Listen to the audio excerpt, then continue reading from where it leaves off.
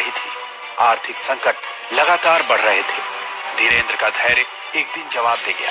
वो भी अपनी याचिका लेकर अपने दादा के दरबार पहुंच गया।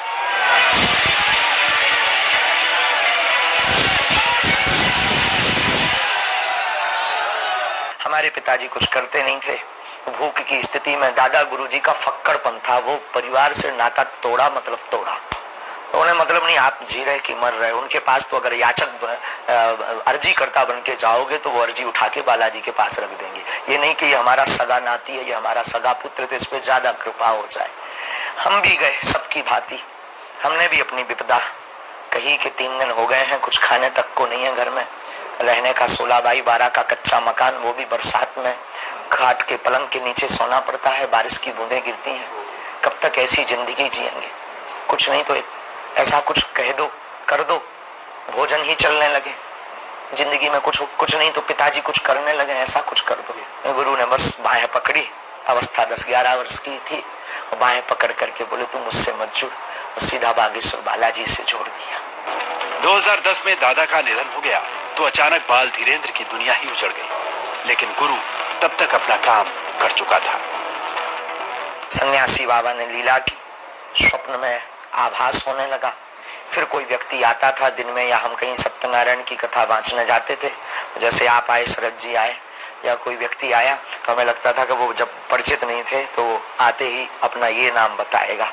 ऐसा मन में भाव प्रकट हो जाता था। ये आते ही हमसे 2 बातें बोलेगा, लेकिन झिझक के कारण हम बोल नहीं पाते थे। और वो जब उससे पूछते थे अच्छा आपका नाम क्या है, हमारा हो ये तो पहले पता लग गया था हमें। धीरे धीरे उसकी उसका परिष्कृतकरण हुआ, शुद्धिकरण हुआ, धीरे धीरे जागृति हुई, फिर अज्ञातवास की साधना की, और वो यात्रा और ये यात्रा ऐसे प्रारंभ हो गई। 1 साल अज्ञातवास में रहने के दौरान धीरेंद्र शास्त्री अपनी भावी योजना का खाका तैयार कर चुके थे। वो लौटे तो बालाजी की सेवा में जुट गए।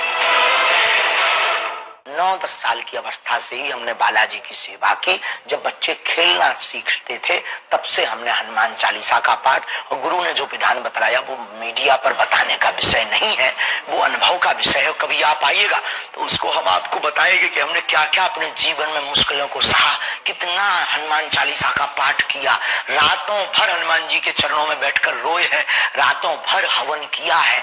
उसका ही ये परिणाम है जो आज सनातन संस्कृति का झंडा जगह जगह गाड़ा जा रहा है। धीरेंद्र शास्त्री ने खुद को बाबा बनाने के लिए तैयार किया। कई बड़े कथावाचकों के कार्यक्रम सुने, एक मोबाइल खरीदा ताकि उनके वीडियो देख सके, और फिर उन्होंने अपनी कर्मभूमि उसी बागेश्वर धाम को बनाया जहां उनके दादा का दरबार लगा करता था।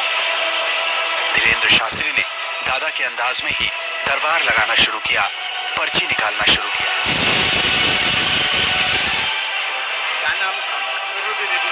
रूबी देवी। अच्छा, यहाँ किसी को बताया था? चलो पढ़ो।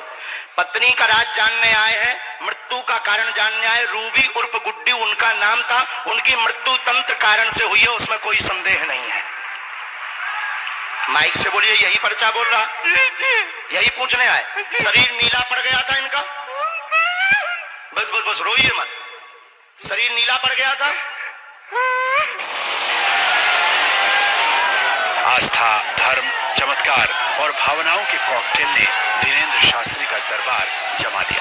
वो चंद वर्षों में पंडित धीरेंद्र शास्त्री से बाबा बागेश्वर सरकार कहलाने लगे।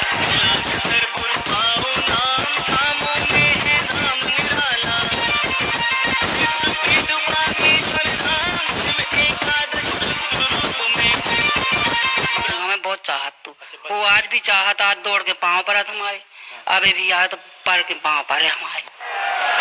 धीरेंद्र शास्त्री की उम्र अभी सिर्फ 26 साल है। उनकी मंजिल क्या है ये अभी उन्हें भी नहीं पता।